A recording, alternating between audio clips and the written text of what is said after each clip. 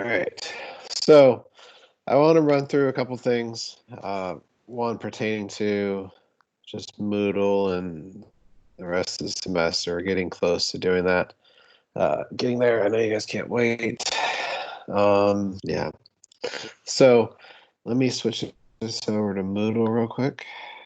And so as you see, everybody see that? Okay. Everybody see Moodle? Looks good. As we look down, I did update in the grade book different aspects to it. One of the things I want to point out, the lecture for post-event evaluation will go up here as it is. I did add down here your peer group evaluation survey.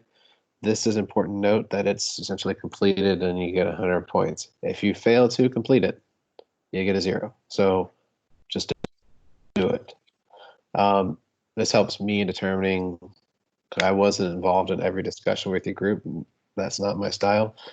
But this is my way of understanding how everybody in your group worked together when we were in class, even now outside of that. How do we still collaborate? I know one of the groups already submitted to me their whatever thing is portfolio. So that's taken care of, but please do this. This helps me. I use this to determine grades. Doing that, I've had in the past is usually always one person from each group who's not happy with their grade, and they come in and they say, Dr. Laird, why was I at my participation? Why was my grade so low? Well, because 11 of your peers said you didn't do anything. That could probably be why. And I can understand if one person said you didn't do anything or you were not doing anything but taking up oxygen. But all 11 of your group mates said you didn't do anything at all, and you were just there. Or I actually have had these comments before, and I encourage you to be brutally honest. And I've had comments before go, I didn't even realize they were in the group. Didn't even know they were there. So that's what I want to know. A couple other things. As we go forward with current topics next week and the week after, if you have a topic you'd like me to discuss and want to dive into it deeper, shoot me an email, just drop a message in the Teams chat for your team on this. Please do that. I will be adding another spot on here for your individual reflection. If you look at that, that was your 2 to 4 page write-up letter that I can take and essentially give to your groups next spring and say, look, here's what we did, here's how we learned. I'll add that in here too for you. So I created a spot in the grade book, but I forgot to add a thing. So there you go. I'm not perfect. Not bad. So any questions about Moodle class, any of that stuff? No? Okay. Well, thanks for playing along with that. That's my traditional beginning of class because that way people can check in. So let's talk post-event evaluation a little bit on this. Why do we care?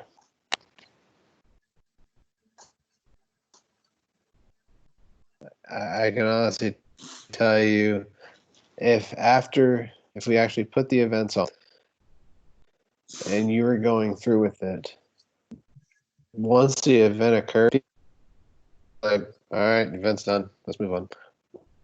Why is it important to go back and reflect on the event, reflect on what worked and what didn't? Why is that beneficial and also kind of necessary? It makes it easier for the next events that you're doing. If you look at all the good things you did, you do all those for the next event, and all the things that you did bad, you avoid doing those things. So it makes it more of a smoother process. Okay. What else? So we can see like missed opportunities that we maybe like wish we would have done differently before the event occurred that we now recognize like after the fact. Absolutely. So go off what Brandon said first. What worked and what didn't work? That's very important to know. Especially in your first time doing an event or something that's going on, you want to be able to work out the kinks so that next year it can run a whole lot smoother. It can be there because ideally your goal as an event manager is to not let any of your mistakes be seen. Like mistakes are going to occur. Stuff happens. Those are the funny stories you tell back in the bar or when you're sitting around afterwards and talking about the event, laughing, having a drink, and talking about the fun stuff that occurred that nobody else knew about. But you want to know how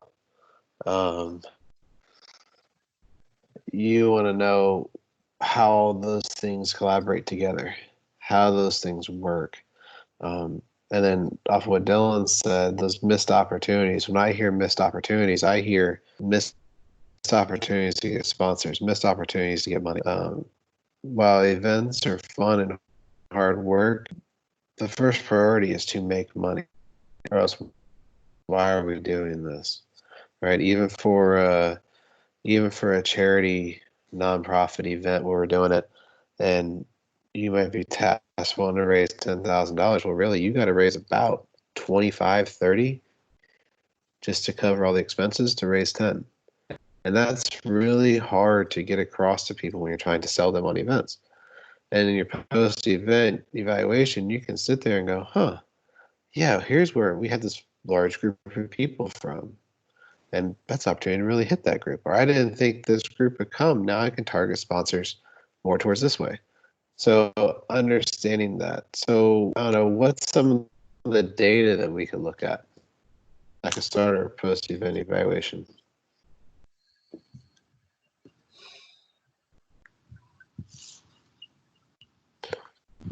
Like participant numbers, sponsorship numbers, Okay. things like that. Okay. So let's say mini golf participants, right?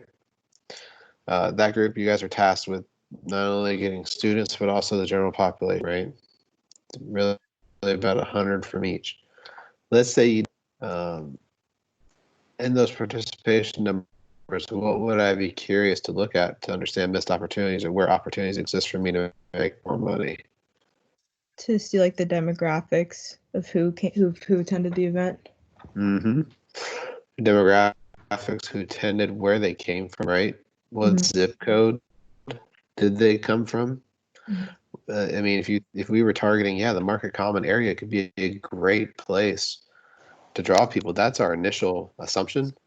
But all of a sudden, we figured out that more people were coming from North Myrtle Beach to our event, which is crazy to think of, but maybe they did.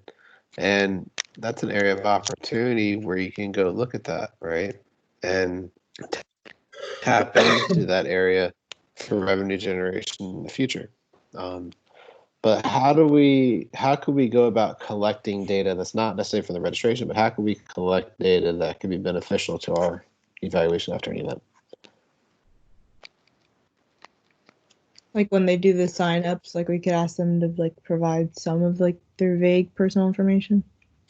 Well, so yes, but so yes with that, but there's also the element that you capture a lot of that when they pay with a credit card. So I get their zip code, I get their city, I get all that information already, so I really don't need to know that. How else could you get information? You could ask, like, when they sign up, have like a form, ask how they heard about the event, maybe. Okay. So you're talking about when they sign up online, or Yeah, have like okay. a check bubble of like how they heard. Okay. So yeah, just tell me, how'd you hear about us? Just one question, potentially? Is that all we need to know? I mean, yeah, because I guess I would give us like a plan, like in the years to come, of like what was like the strongest in a marketing sense. Okay. So it could be like, did you hear first from email? Was it A social media post or word of social mouth, media? something like that. Okay. How else, though, from a marketing perspective, could you narrow that down without even having to ask?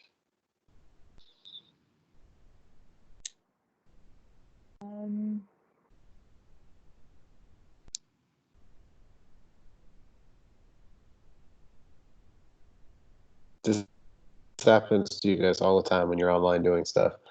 How companies know where you came from. I mean, if you're going through social media, there's a lot of analytics that you can look at to see where links were clicked or what people were looking at on your website or whatever the case may be. Exactly. So those digital analytics, so you can put your registration link. You can on social media, you can have that link that pulls in. You can have a unique link to take you to a registration page. What you could do is you could have essentially 4 different, or however, if you're ever doing it for your social media, if you're doing it through your website, if you're doing it through an email, you could have 3 different registration pages that all show up the same, but just 3 different links that you use to put to places. So hey, these people paid through this way, these people came through this way. Or, because it's hard to tell at the endpoint, how do people come in and what's that term we use? What's the conversion rate? Somebody that comes through. You see this a lot with online shopping.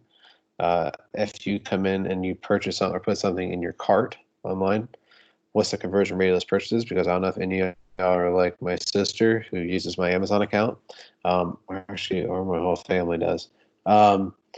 When you go in, they'll put like 5 or 6 things in the cart, and then when my wife and I want something, we have to delete everything out of the cart, and we add what we want, and then they add their stuff back to the cart. This is like a storage thing. So instead of creating a list, they put everything in the cart. So there's different ways of how can I get you to convert over.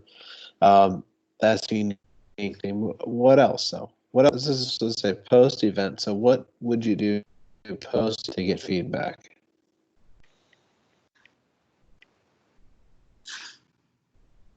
Like a Send- survey, like email them a survey. Okay. So how many of you all have completed a survey after you went to an event when it was sent to you? If I liked it, I did. If you liked it, you did. Okay, that's good. But what does that introduce into the mix? Bias. If I only have people who bias. So if I thought I did a great event, and then everybody who thought I had a great event told me I did a great event, so I think I did a great event, right? Well, let's say that's a really small. Let's say that's my event had 100 people and 20 people responded to the survey. That's not accurate. So the key question in this comes: 1, survey design, and 2, survey completion. So with survey design, I'm more lean on the side of using open-ended questions, right? Think about it. If I ask you a question on a survey of, let's say, here's the question I love to use. Say that you're the director of the Not Your Average Golf Tournament. What would you implement to make the event better? If I had to ask that question to people, they're usually going to give me a lot of information, because all of a sudden I gave you power. I handed that question over to you, and now you get to tell me. And there's one thing I know about people in a digital world, especially if it's anonymous, you're going to say whatever you want, and that gets really interesting. And it's a way to interpret that information. A lot of the surveys, when people start developing them, they get these big, strongly agree to strongly disagree, or the Likert scale questions. Those are fantastic for research purposes. For post-event evaluation, nobody really cares, right? It's used for years and years and years going forward. Doesn't really tell you a whole lot. The other thing that is beneficial, there's one rating system that's beneficial. It's called the Net Promoter, and it's a rating system from 1 to 10. And you ask, I can't remember the language off the top of my head, but it says something, how likely are you to recommend something to your friend? And what you're looking for is 8s, 9s, and 10s. Anything below 8, 9, or 10, so someone says 5, they're not going to be your promoter for you. Because what you're trying to tap into with that evaluation is someone who's going to turn, who believes in your event and talks about it, has a great time, is going to turn to their peers and say, hey, this was a great, you should do this, or this is a great product. you should do this. Because what we know from research is, and I've talked about in the class before, if I tell you to do something, probably not going to do it. If your friends tell you to do something, odds are you're probably going to do it. So you're trying to get that peer persuasion and peer follow through. You want to know, did you activate that enough in people? Also, with post event surveys, a good motto to remember is less is more. So if you can have 4 or 5 questions that really capture what you want to know, roll with that. You start unloading 20 questions on something, they're not going to complete it, right? Now, how do you get people to complete surveys? What would you guys do to get people to complete surveys? You could have some form of an incentive, like have it enter you in a raffle or get a coupon or something like that. Okay. So like what? So like a raffle. Yeah, like something I get from the school all the time is they're like, if you fill out this survey, you'll get entered to win a $100 Amazon gift card raffle or something like that. Now you could enter this survey and you get, a 16 pack of Charmin toilet paper. I mean, that could be one that everybody could do. We'll deliver it to you next year, but still, I think there's a lot of incentives work great. You just have to make sure that you're not over incentivizing to a point that gets costly to you. A great thing that I've seen before, and I think it's not used enough, is getting someone to be that post survey sponsor. Get someone to do that. Say, hey, you want to be out here? Here's your company. Send us a coupon too. Complete this. When you complete it, you get a coupon to go to eat here. So there's that completion or conversion rate that your sponsor might be looking for. Hey, at the end of this, put your email in and you get this, or don't even ask for that because I already know their email. Put yours in and get 25% off at, I don't know, Fox's Pizza or something. However you want to set that up with a sponsor, that's an area of opportunity that you can tap into. Yeah. So how about analyzing the data you get? How comfortable are you guys with analyzing that?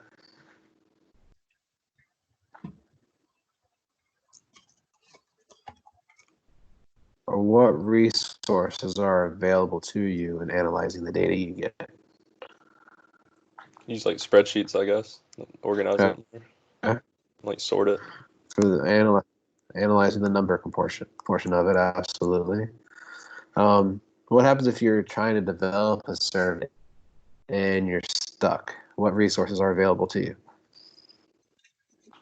You're out in the real world, you got a job, and phase one is developing a survey to use. For what resources are available to you to use, or could you tap into?